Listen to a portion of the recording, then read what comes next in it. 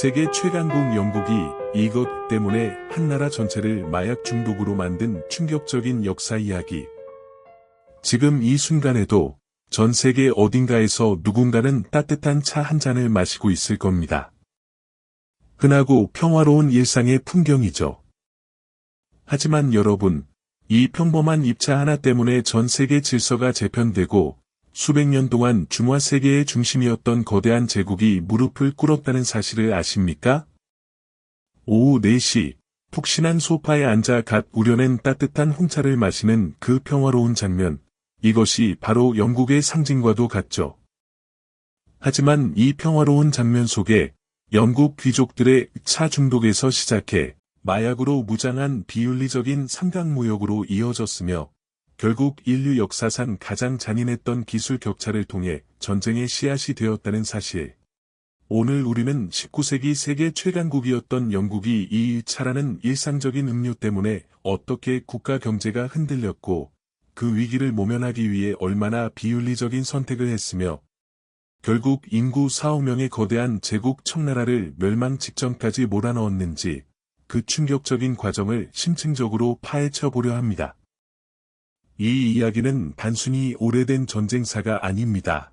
우리가 일상에서 소비하는 작은 물건 하나가 어떻게 한 제국의 운명을 송두리째 뒤바꿀 수 있는지, 그리고 산업혁명이라는 기술 발전이 도덕적 통제력을 잃었을 때 얼마나 파괴적인 결과를 낳는지 보여주는 완벽한 사례입니다. 영국인의 피를 끓게 했던 청나라의 차, 그리고 그 차를 지불하기 위해 영국에서 청나라로 흘러 들어갔던 막대한 양의 은의 유출, 그리고 이 은을 되찾기 위해 영국이 청나라에 강요했던 지독한 독약, 아편. 이 모든 연결고리를 통해 왜 이 전쟁이 정의로운 전쟁이 아니라 마약 전쟁으로 불려야 했는지 그 딜레마를 함께 느껴보시길 바랍니다. 이 영상을 끝까지 보신다면 아마 오늘 마시는 차의 맛이 완전히 달라질 것입니다. 18세기 후반, 해가 지지 않는 나라 대영 제국의 수도 런던은 향긋한 차향으로 가득했습니다. 영국인들은 차에 완전히 중독되어 있었죠. 아침, 점심, 저녁, 심지어 노동 중에도 차는 필수였습니다. 그러나 겉으로 보이는 화려함 뒤에는 심각한 경제적 문제가 도사리고 있었는데 그 중심에는 바로 청나라 차가 있었습니다. 당시 유럽 귀족층과 상인 계층 사이에서 청나라의 차는 없어서는 안 될 사치품이었습니다. 문제는 여기서 발생했습니다. 청나라는 세계의 모든 것을 스스로 생산할 수 있다고 믿는, 즉 자급자족 체제가 완벽히 구축된 나라였습니다. 영국이 자랑하는 모직물이나 다른 공산품은 청나라 사람들의 눈에는 하등 쓸모없는 물건이었죠. 청나라가 원하는 건 오직 하나, 바로 은이었습니다. 결국 영국은 매년 막대한 양의 은을 청나라에 지불하고 차, 도자기, 비단을 사와야 했습니다. 시간이 흐르면서 영국 재무부는 비상이 걸렸습니다.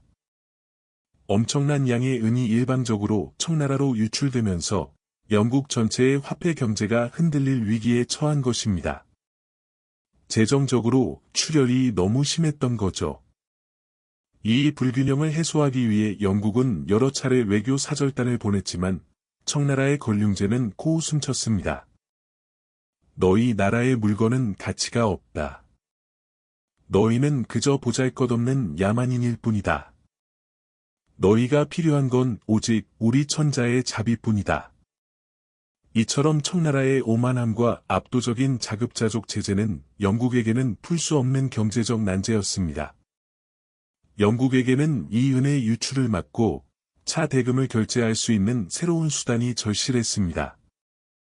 결국 그들이 눈을 돌린 곳은 식민지 인도였고 그들이 만들어낸 새로운 무역 상품은 인류 역사상 가장 비윤리적인 재앙을 불러왔습니다. 그들이 찾은 해법이 바로 식민지 인도에서 대량으로 재배된 아편이었습니다.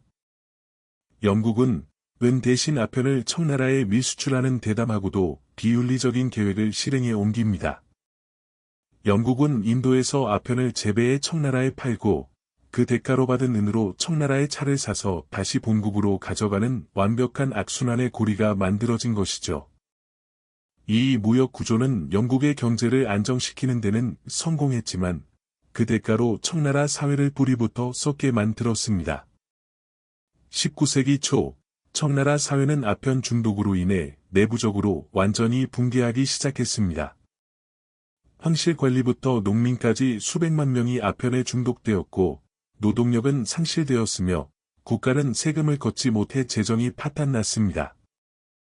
한때 은을 받아들이기만 했던 청나라는 이제 아편 대금으로 은을 다시 영국으로 토해내야 하는 신세가 되었습니다. 막대한 은의 재유출이 발생한 것입니다. 청나라로 유입되는 아편의 양은 기하급수적으로 늘어났고 이제 영국에서 청나라로 은의 유출이 되는 것이 아니라 반대로 청나라의 은이 영국으로 쏟아져 나가기 시작했습니다. 국가 경제의 근간이었던 은이 빠져나가자 물가가 폭등했고 군인과 관리, 심지어는 황조까지 아편 중독에 빠지면서 국가의 기강은 무너지기 시작했습니다. 청나라는 이제 단지 경제적인 위기뿐만 아니라 사회 전반의 붕괴 직전이라는 심각한 상황에 놓이게 된 것입니다. 청나라 황제 도광제는 이 국가적 위기를 타개하기 위해 단호한 결정을 내립니다. 그는 강직하고 청렴하기로 유명했던 관료, 임칙서를 광저우로 파견합니다. 임칙서가 광저우에 도착했을 때 이미 그곳은 아편으로 타락한 무법천지였습니다. 그는 지체 없이 영국 상인들에게 아편의 폐기를 요구했고 불응하자 무력으로 영국 상인들의 창고를 봉쇄했습니다. 1839년 6월 임칙서는 역사적인 결단을 내립니다.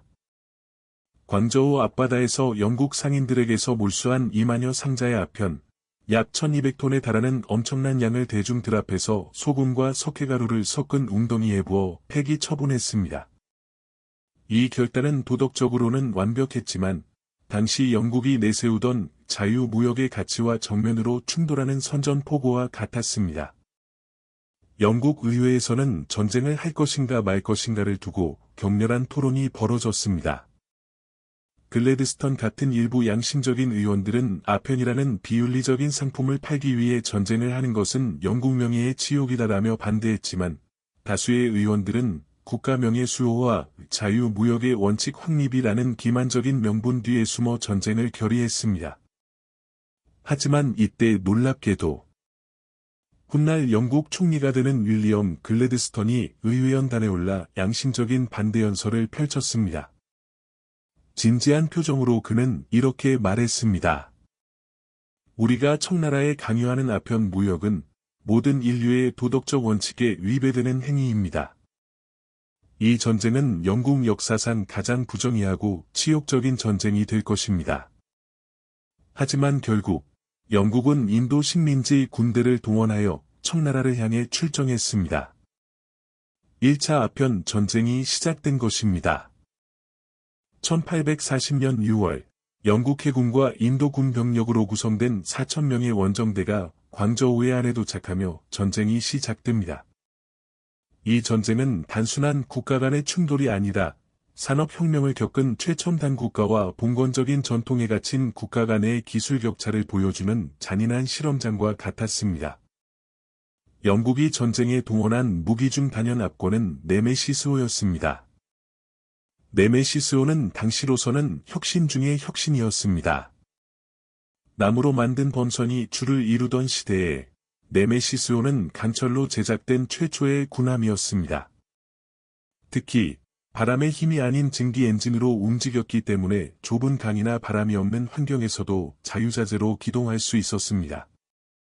네메시스호가 광저우 앞바다에 나타났을 때 청나라의 목조 함대는 그 위용에 압도당했습니다. 네메시스호는 얕은 강을 거슬러 올라가 청나라의 군사 요새들을 유린했으며 청나라가 자랑하던 수백 척의 전함들을 불과 몇 시간 만에 파괴했습니다.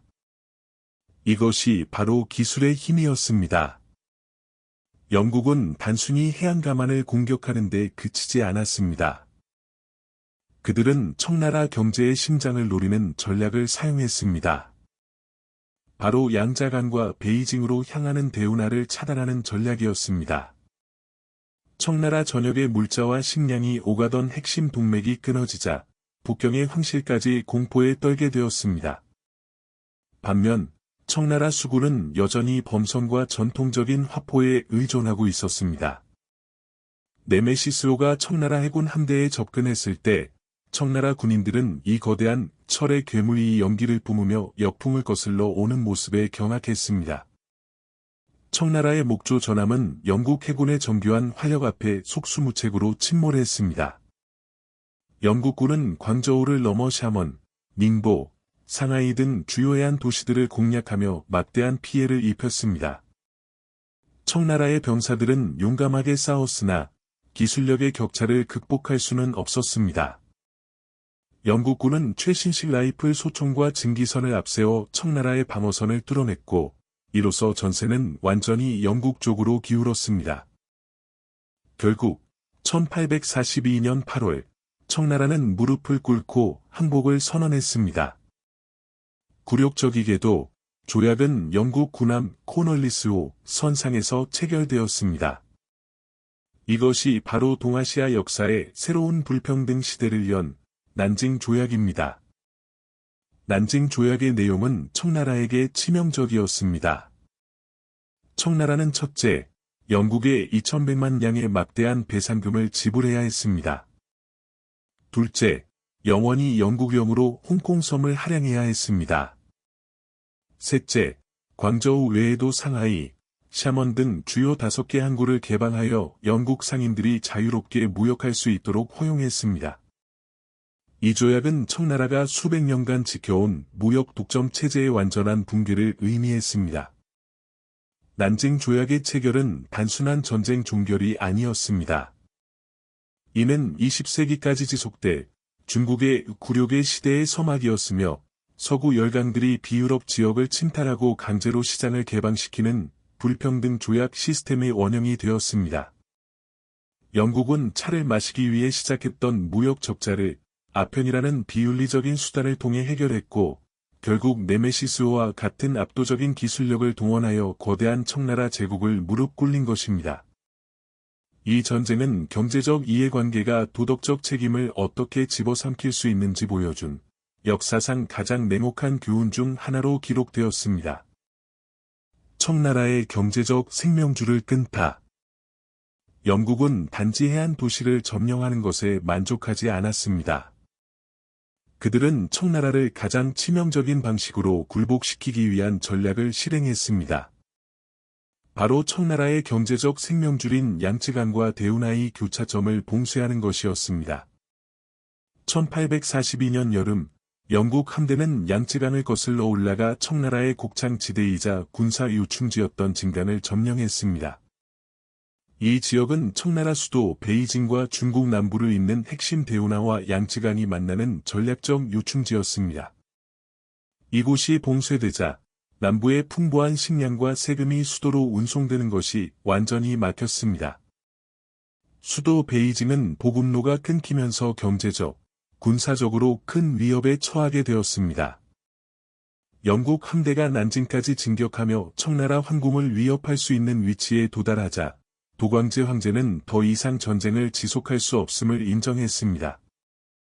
영국은 군사적 압도뿐 아니라 청나라의 경제 시스템 자체를 마비시키는 성공적인 전략을 구사한 것입니다.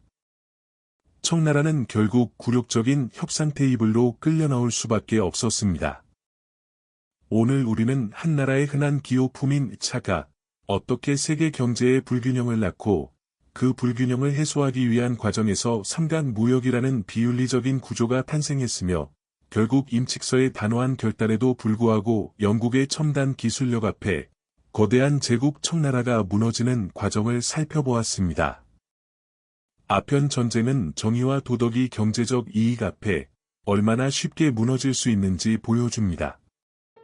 대영 제국은 스스로를 문명의 선두주자로 내세웠지만 정작 그들이 청나라에 강요했던 것은 국가를 붕괴시키는 독약이었습니다. 그리고 그 결과는 난징 조약이라는 불평등의 역사를 남겼습니다.